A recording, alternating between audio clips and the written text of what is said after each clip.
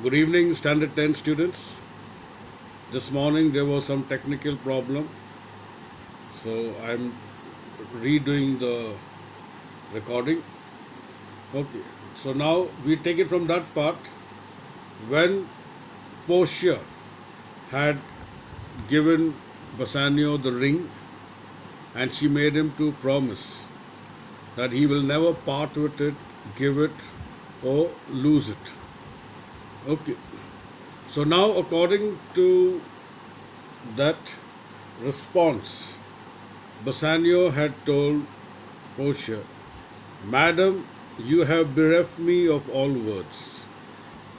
He says, You have already stolen the words from my mouth. The promise which I am supposed to make, you have already said it from first. Okay.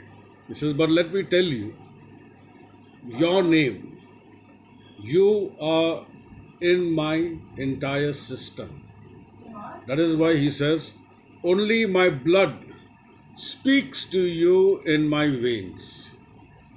That means every part of his body, his blood, the name of Portia is there. And there is such confusion in my powers, as after some oration fairly spoke by a beloved prince, there doth appear among the buzzing, pleased multitude. Now, Bassanio was actually in a confused state. Why was he in a confused state? Because the decision of the lottery system, the device which Portia's father had implemented, was his decision. And ever since he's become successful, but actually he wanted that Portia should be, ever ready to marry him. So that was the confusion he was undergoing through. So when she presented him the ring, so that means she has accepted the proposal. Now all his confusion is now apps clear. That is why he compares himself to that lovable prince who is speaking to his subject. Okay, the buzzing multitude means they are disturbing, they are talking and amongst themselves, and as if they are not paying attention because they very well know the fact that whatever the prince will decide or say, it will be for their betterment. Okay. So that is how he compares himself in that situation before he could get the ring from Portia. Okay. Now, once he gets the ring, now he expresses that all his confusion is all cleared now. Now there is no doubt in his mind. So now he makes this promise. Says, if the ring parts from my finger, it will only at the time of my death. So when you see that the ring is not in my finger, then you must consider, be bold and understand the fact that Bassanio is dead. In other words, as long as he is alive, he is not going to lose the ring, he is not going to part with the ring, neither is he going to give it away to someone. Now you have to keep this promise in mind because later on he has to give that ring to somebody. Okay, he is compelled to give the ring. So that will come later on, but this is the promise that he had made.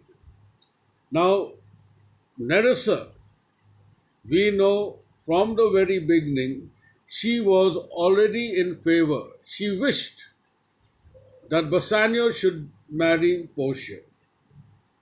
So now she is expressing her feelings.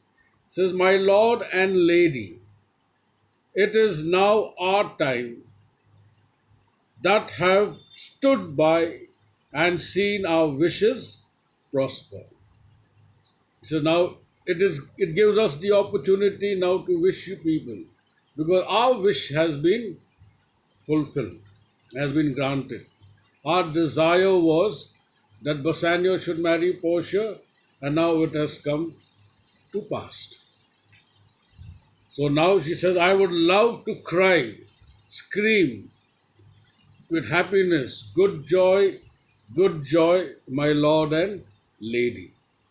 So in this way, Nerissa congratulates Bassanio and Portia, expressing that how her wish, her desire of Bassanio marrying Portia has been fulfilled. Now, Gratiano, he says, my lord Bassanio and my gentle lady, I wish you all the joy that you can wish, for I am sure you can wish none from me. Now, what he meant was that you have to accept my best wishes, and the best wishes that is coming from me. Nobody else could give a better best wishes for you. And I also desire that you should return the best wishes to me. He's also congratulating Bassanio and Portia, and he is giving them his best wishes. And he says that mine is the best amongst everyone that will wish you. And I also wish that you should return back the best wishes to me. And when your honors mean to solemnize the bargain of your faith, I do beseech you, even at that time I may be married too. So now he's telling Bassanio, says the day you decide to get married in the church, the time when you are going to be solemnized as man and woman, okay, at that time I am also requesting you, if I could marry at the same place, at the same time, on the same day, along with you. Then Bassanio finds it a joke. So he says, you cannot get married. He says, with all my heart, means I am ready for that. But you cannot get married until and unless you get a wife for yourself. He says, you need a wife in order to get married. Then Gratiano says, I thank your lordship. You have got me one. So here Gratiano is expressing that what all pain did he have to suffer in order to get his love. Okay, in this extract, you will find Gratiano expressing what all problems or what all troubles he had to undergo in order to get his love or to get his wife. He says, my eyes, my Lord, can look as swift as yours. He says, my eyes were also moving at a great speed, like the way your eyes moved when you were eyeing the lady. While you were eyeing the lady or wooing the lady, I was doing the same with her maid. You saw the lady, I saw the maid. Okay. You loved, I loved. Okay. Now for intermission, no more pertinent to me, my Lord, than you. What he meant that the interval, the period of time, I did not have sufficient time, like the way in order to woo her. So everything depended on you. That is why he says, your fortune stood upon the casket there. He says, your future, your fortune was on the caskets.